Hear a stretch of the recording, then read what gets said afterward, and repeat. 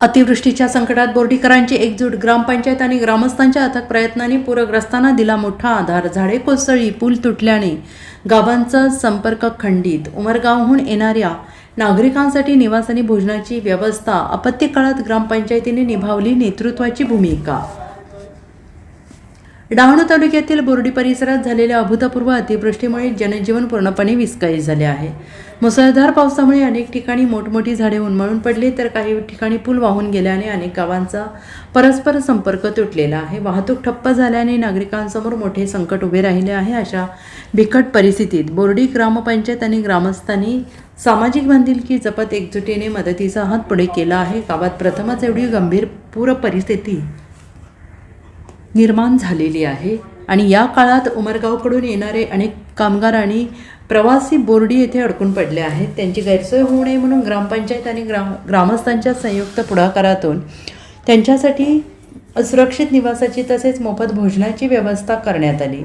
संकटाच्या काळात मानवतेचे दर्शन घडवणारे या उपक्रमाचे सर्व स्तरातून कौतुक होत आहे आणि या संपूर्ण मदत कार्यामध्ये सरपंच श्याम लक्ष्मण दुबळा, उपसरपंच सौमिल सतेज राऊत, ग्रामविकास अधिकारी सौ समिधा सचिन पाटील, ग्रामपंचायत सदस्य सौ रुपाली जयदीप सावे, सुजित बापू वरठा, माजी विद्यार्थी संघाचे अध्यक्ष अविनाश सावे, हरिहर चुरी, तसेच ग्रामस्थ राकेश नहार आणि यतीन सावे, तलाठी अजित घरत यांनी महत्त्वाची भूमिका बजावली आहे. त्यांच्या नेतृत्वाखाली ग्रामस्थांनी एकत्र येत मदतकार्य प्रभावीपणे राबवले. आपत्तीच्या काळात सामाजिक सहकार्य, संयम आणि सेवाभाव यांचा आदर्श बोर्डी ग्रामस्थांनी घालून दिला. ग्रामपंचायत स्वयंसेवक आणि नागरिकांच्या एकत्रित प्रयत्नांमुळे अनेक पूरग्रस्तांना वेळेत मदत मिळावी आणि संकटाचा सामना करण्यासाठी त्यांना मोठा आधार मिळाला. बोर्डी ग्रामपंचायतीने दाखवलेली तत्परता, जबाबदारी, मानवतावादी दृष्टिकोन हा संपूर्ण तालुक्यासाठी प्रेरणादायी ठरला आहे. आज आम्ही आलो आहोत बोर्डी येथे. अतिवृष्टीमुळे जे बोर्डीचं नुकसान झालेलं आहे त्या संदर्भात आपण जाणून घेऊ. आपल्यासोबत आहे हे गावाचे सरपंच की इकडची व्यथा काय झालेली आहे. आता जे 2 दिवस अगोदर पावसाची अतिवृष्टी झाली त्याच्यामुळे गावात सगळे पाणी शिरलं. ते कारण त्याचे हे झाड आहे, पाठीमागे जे झाड दिसते त्यांच्यामुळे जे पाणीचा कचरा वाहून आला ते अडथळा झाला. त्या झाडामुळे अडथळा झाला, त्याच्यामुळे पाणी सगळ्या गावात शिरलं आणि लोकांच्या घरात फार नुकसान झाले आहे. आणि त्याच्यामुळे ते झाडाची फांदी थोडी छाटणी करावी लागेल असं आम्हाला वाटते. तर ते छाटणी करून द्यावी अशी आमची नम्र विनंती आहे. आपल्यासोबत आहे माजी सरपंच यतीन सावे. त्याच्याशी जाणून घेऊ की ही झाडाची छाटणी कसे करायची आहे आणि हे पुन्हा अशी परिस्थिती निर्माण नाही होली पाहिजे त्यासाठी काय करायला लागणार. आपल्या जे आता मागे दिसते ही आपण जी मँग्रोव्ज म्हणतो झाडं, ही जी आम्ही गेल्या किती वर्षापासून डिमांड करतो की येणारं पाणी आहे या अडते आणि याच्यामुळे रस्ते बंद होतात. कारण की आपल्या पूर्वे साईडहून जे अस्वाली डॅम आहे तिथून हा मोठा वाहणारा पाण्याचा प्रवाह आहे, खाडी आहे आणि हे सर्व कचरा आणि पाणी येऊन इथे अडकते. आणि सरकार याच्यातून आपल्याला मँग्रोव्जला झाडं छाटणीसाठी पण आपल्याला परवानगी न मिळत असल्यामुळे आज आम्ही 10-15 वर्षापासून हे व्यथा मांडतोय. परंतु यावर्षी जेव्हा आता 2 दिवस हे सगळे रस्ते बंद झाले आणि गावाची जी कंडिशन झाली, गावं बुडली, घरात लोकांच्या पाणी झालं, तेव्हा प्रत्येकाच्या आता लक्षात आलेलं आहे की हे छाटणीची जरुरी आपल्याला परवानगी घेऊन सरकारने द्यायलाच पाहिजे.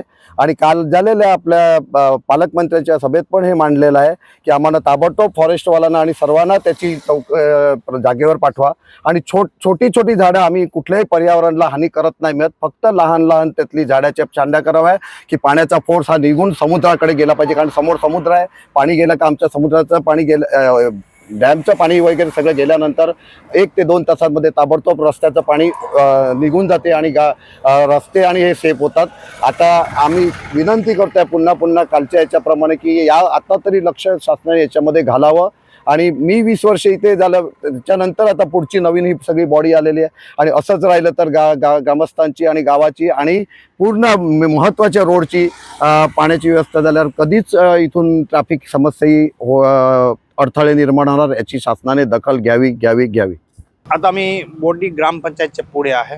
भरपूर पावसामुळे हे 100 वर्ष आधीचे एवढे मोठे झाड पडलेले आहे आणि हे झाड पडले तेव्हा हे रस्ता तुम्ही पाहतात ते रस्ता पण बंद झाला होता आणि ते रस्ता उघडे करण्यासाठी ग्रामस्थांनी आणि ग्रामसेवकांनी काय मदत करी आणि कसे हे रस्ते मोकळे केले ते आपण जाणून घेऊ. आपल्यासोबत आहे उपसरपंच सोमिल भाऊ त्याचाच. स्वातंत्र्यपूर्वीचं असलेलं हे आपलं वड्याचं झाड हे अतिवृष्टीमुळे पडलेलं आणि त्याच्यामुळे 4-5 दिवस बोर्डी गावामध्ये पॉवर कट होता.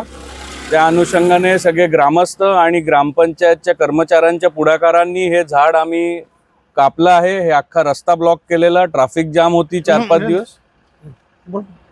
त्या अनुषंगाने आमची शासनाकडे, फॉरेस्ट ऑफिसकडे हीच विनंती आहे का त्यांनी असे जे धोकादायक जुनी झाडं आहेत ती त्यांनी छाटावीत आणि मेन रोडवरचा रस्ता सुरक्षित व्हावा याच्याकडे लक्ष द्यावे. एवढा मोठा झाड पडला तर MSCBचे वायर पण वरती असतील हो. तर किती दिवस इकडे लाईट नाही होती आणि काय त्रास ग्रामस्थांना सोसावा लागला?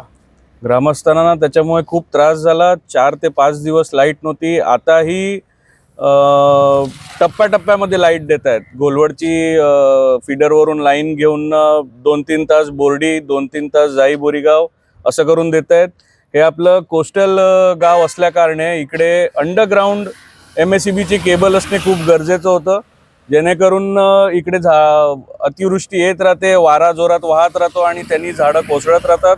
त्या ह्यांनी आपल्याला शासनाकडे हीच विनंती आहे का त्यांनी लवकरात लवकर कोस्टल जी गावं आहेत तिकडे मेन रोडवर सगळीकडे अंडरग्राऊंड केबल टाकून MSCBची ती प्रकारे व्यवस्था करावी, जेणेकरून हे धोकादायक झाडं पडून MSCBची लाईट खंडित नाही होऊन ग्रामस्थांना त्रास नाही होणार.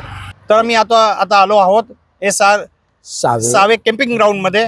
ह्या कॅम्पिंग ग्राउंडच्या पण भरपूर नुकसान झालं आहे. तर आपल्यासोबत आहे अध्यक्ष साहेब, त्यासाठी जाणून घेऊ की हे नुकसान कसे झाले आणि आता ह्याचं तुम्ही प्रशासन कसे करणार? ह्या ठिकाणी एवढ्या मोठ्या प्रमाणात पर्जन्यवृष्टी झाली ही 100 वर्षामध्ये असं कोणीही पाहिलं नव्हतं. कॅम्पिंग ग्राउंड हे ह्या ठिकाणी NCC, स्काउट गाईड, समाजसेवा ह्यांचे अनेक प्रकारे कॅम्प होतात आणि मुलांना आम्ही ह्या ठिकाणी माफक दरामध्ये राहण्याची व्यवस्था करतो. तसेच आपत्कालीन सांगू ज्या वेळेला होते त्यावेळेला जवळचे झोपडपट्ट्या असतात त्याच्यामध्ये पाणी शिरतं, त्याची राहण्याची व्यवस्थासुद्धा आम्ही ह्या ठिकाणी करतो. म्हणून ह्या ठिकाणी मोठ्या प्रमाणात जे नुकसान झालेलं आहे हे अतिशय न भरून निघणार असं नुकसान आहे की जेणेकरून आम्हाला ह्याच्यात 5 वर्ष मागे जावं लागेल, जेणेकरून आपण सांगू शासनानेही ह्याला मदत करावी आणि समुद्रकिनारी तटरक्षक भिंत उभारावी एवढीच माझी विनंती आहे. जय हिंद. आपल्यासोबत आहे बोर्डी ग्रामपंचायतचे ग्रामविकास अधिकारी समिधा पाटील मॅडम. याच्याशी जाणून घेऊ की जे घरामध्ये पाणी शिरलेलं आहे ते ग्रामस्थांसाठी काय व्यवस्था केली? आम्ही 22 आणि 23 तारखेला अतिवृष्टी झाली त्यावेळेला आमच्या लक्षात आलं की आमचा जो धुंड्यापाडा आहे, मरवडपाडा आहे, नंतर खारिया तलाव ह्या भागातल्या ग्रामस्थांकडे घरामध्ये पाणी शिरण्याचं आमच्या लक्षात आल्याबरोबरच आम्ही येथील ग्रामस्थांना मदतीला घेऊन ग्रामपंचायतचे सरपंच, तसेच ग्रामपंचायतचे उपसरपंच आणि ग्रामपंचायतचे सदस्य ह्यांच्या मार्फत आणि गावातील युवा मंडळ जे आहेत त्यांना सर्वांना जाणीव करून दिली की ह्या घरांमध्ये पाणी शिरणार आहे. आणि ते लक्षात येताच आम्ही त्यांना प्रथमतः आमच्या ग्रामपंचायतचं जे कॅम्पिंग ग्राउंड आहे, आमचं गजताई हॉल आहे, त्याच्यानंतर काही आत्मारामपंत हॉल आहे, त्या हॉलमध्ये आम्ही त्यांना प्रथमतः तिकडे शिफ्ट केलं. त्याच्यानंतर त्यांना त्यांच्या राहण्याची आणि खाण्याची व्यवस्था त्यांची करण्यात आली. ही व्यवस्था ग्रामपंचायत तथा ग्रामपंचायतच्या आपल्या गावातील बोर्डी गावातील ग्रामस्थ आणि ह्यांच्या मार्फत आम्ही त्यांना ते करण्यात आलं. आमचे शासकीय सुद्धा आमच्या इमारती आहेत त्यांचेही खूप नुकसान झालेले आहे. आम्ही या पर्यटकांसाठी इकडे वॉटर ATM मशीन बसवली होती. 15व्या वित्त आयोगमधून आम्ही हा पूर्ण पर्यटकांसाठी आम्ही बोर्डी ब्रिज चांगला केला होता आणि त्याचं सर्व निसर्गाला मान्य झालं नाही आणि त्या निसर्गाला मान्य न होता त्यांनी त्याचं खूप नासधूस झालेली आहे. ह्याची आम्ही शासनाकडे आमच्या माननीय जिल्हाधिकारी यांच्याकडे आम्ही अहवाल दिलेला आहे. ह्यामध्ये आम्हाला आमच्या पंचायत समितीच्या गटविकास अधिकारी, सहाय्यक गटविकास अधिकारी यांचंही वेळोवेळी खूप चांगलं मार्गदर्शन लाभलं.